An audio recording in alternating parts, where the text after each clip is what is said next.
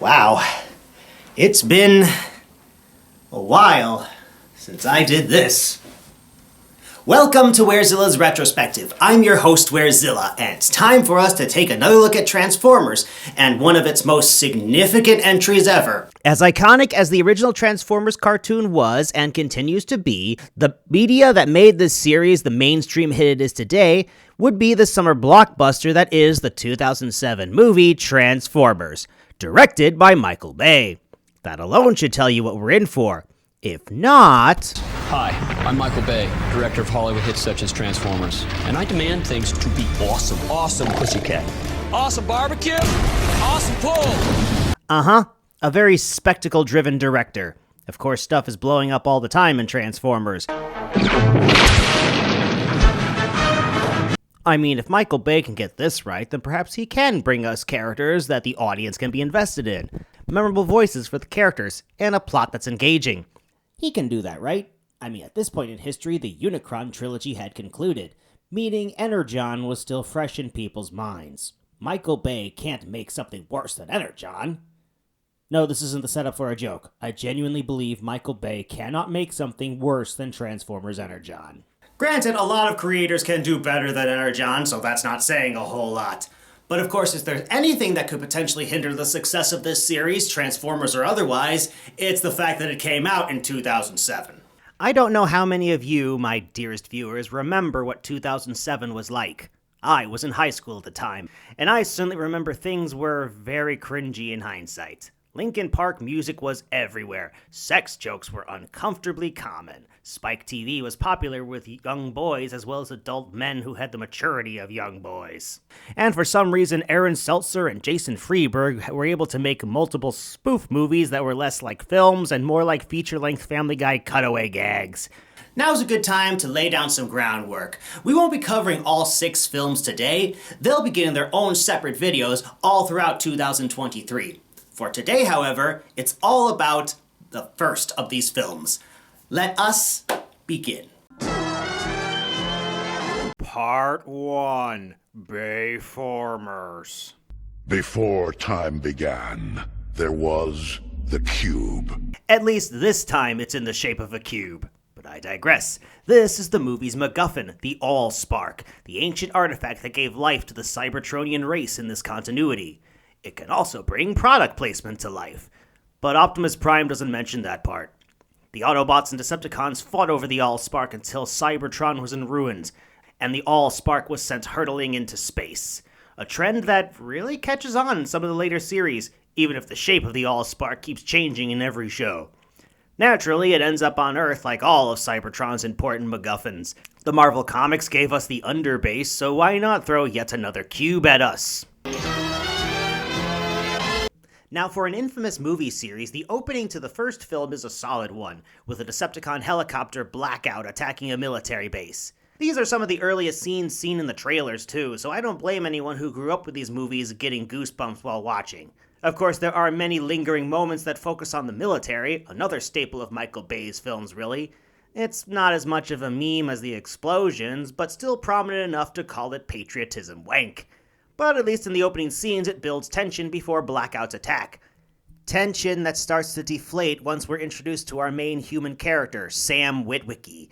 That last name is derived from the original series, of course, but unlike Spike, this film's human companion is, how do I put this? It was when Shia LaBeouf was in the middle of his awkward teenage stage of his career, and as such, Sam is pretty much the target audience for this movie in a nutshell. Horny teenagers who want to impress the hot chick in their class with a cool car. And like those same teenagers, Sam stumbles over his words and makes Freudian slips constantly in this movie. It's really uncomfortable to watch after a while. And then there's Shia LaBeouf's signature line. So just do it! Make your dreams come true! No, not that one. He's not saying anything inspirational here in Transformers. This one. No! What makes him important to the plot is that he's selling his great-grandfather's glasses on eBay, which happen to have the coordinates to the Allspark's location. This leads to everyone's favorite yellow bug, Camaro, Bumblebee, arranging to become Sam's new car. And by arranges, I mean sabotages all the other cars in the lot. There's quite a bit of misplaced humor in this movie that disrupts the pacing. Okay, there's a lot of misplaced humor that disrupts the pacing in this entire film series, but this scene is not one of them. Of course, the Decepticon Barricade decides to take the more direct approach. Are you username LadiesMan217? I don't know what you're talking Are about. you username LadiesMan217? Yeah? Where is the eBay item 21153? As an aside, I'm shocked it took until the live-action movies to give us a Decepticon police car. You'd think disguising themselves as a vehicle humans trust in order to get the drop on them would be a no-brainer. Oh hey, I remember that part from the 1986 movie. Oh shit, what are we gonna do now? Now, as for the hot chick that Sam wants to impress, it turns out she's the most complex character in the movie. And I have no idea if that was intentional or not. Michaela is a weird character to talk about. It's very clear what the film's priorities are with her. Fan service. And yet, it becomes clear very early on that the eye candy persona she puts on around other people is not only a front, but it's one she doesn't enjoy. You think I'm shallow? Huh? I think you should. No. I think there's a lot more than meets the eye with you. Ignore that line delivery for a moment because it's an accurate assessment. Michaela managed to surprise Sam with her knowledge of how cars work, which she explains was taught by her father. Cars that her father stole, as it turns out. Meaning Michaela has a criminal past. Already, this is making her sound like a more interesting character. This is helped out by how she can handle herself in an encounter with the Transformers.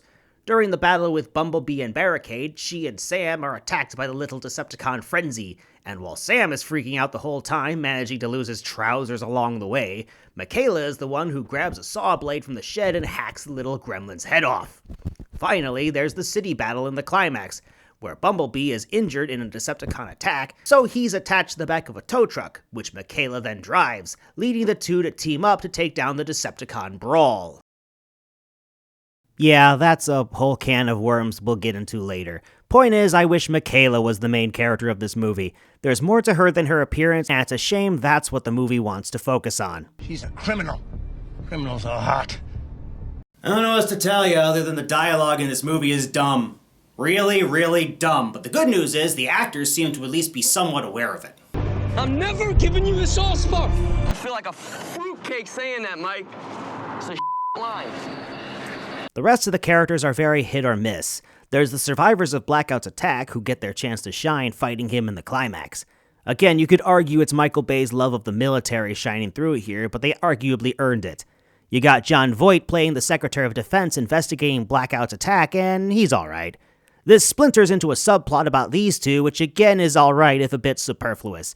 There's nothing revealed in their side story that isn't revealed to the other main characters in other scenes. Sam's parents, meanwhile, are embarrassing to watch. Were you masturbating?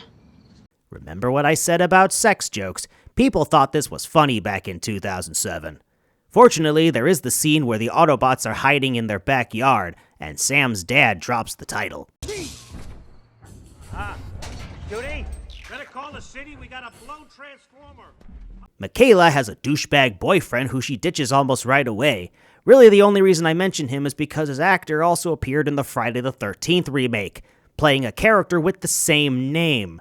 Michael Bay was the producer on that movie, and he confirmed both characters are one and the same, suggesting this is a universe where Optimus Prime and Jason Voorhees coexist. Give me your faith. Oh yeah, and there's also Agent Simmons, the weird Sector 7 agent that abducts Sam and Michaela, gets his car torn apart by Optimus Prime, and then that scene. You know the one I've gotten a lot of mileage out of over the years. Bumblebee, stop lubricating the man. Get that thing to stop, huh? Hey, has anyone noticed that I've been focusing on the human characters up to this point? I guess it was inevitable that they would have more screen time than the Transformers themselves, seeing as you don't need special effects to depict a normal human. As normal as these people can be anyway. This is a bizarre world full of bizarre side characters. You wanna go? Make something happen, do it. Because I promise you, I will bust you up. Are you on drugs? Now, I'm not saying the Transformers are completely sidelined. It's just the large amount of human characters leaves the Autobots and Decepticons with very little in the way of characterization. Optimus Prime is the same general character we were used to by this point, albeit a little more of a violent fighter. Yes, I am talking about the highway fight scene with Bone Crusher, infamously stabbing him in the face. Kicking Simmons' car and ripping the roof off, however, that's nothing out of the ordinary. We know this thanks to his encounter with Lord Chumley from the original series. You better remember that episode. It's where Optimus said this. Amazing. A booby trap that actually catches boobies. I suppose that scene serves as a great reminder that Peter Cullen reprised his role as Optimus Prime here in this movie, and he still has a great voice over 20 years later. However, his nemesis Megatron is not so lucky. His original voice actor Frank Welker was passed over in favor of Hugo Weaving. Apparently, Michael Bay felt Welker's original voice was far too cartoony for the movie he wanted to make. This is bad comedy. And let me tell you why. Not only did Welker play Megatron in the film's tie-in video game and sounds just fine to me, but he also voiced Megatron in Transformers Prime, a show where Megatron's design was without question influenced by his appearance in this first film. I'm not claiming that Hugo Weaving is a bad actor by any means. It's just that his take on Megatron seems very generic. Where is the cube? The humans have taken it. You fail me yet again, Starscream. Get them! Especially when compared to Frank Welker, who can make the character sound utterly terrifying. Despite your treachery, I've allowed you to carry on this long because I took a certain delight in following your string of failures. But you finally become tiresome, predictable. You've hit rock bottom. Bumblebee doesn't have a voice actor for the vast majority of the movie, talking using his car radio like he's a junkie on or something. It's kind of enduring, at least in this movie.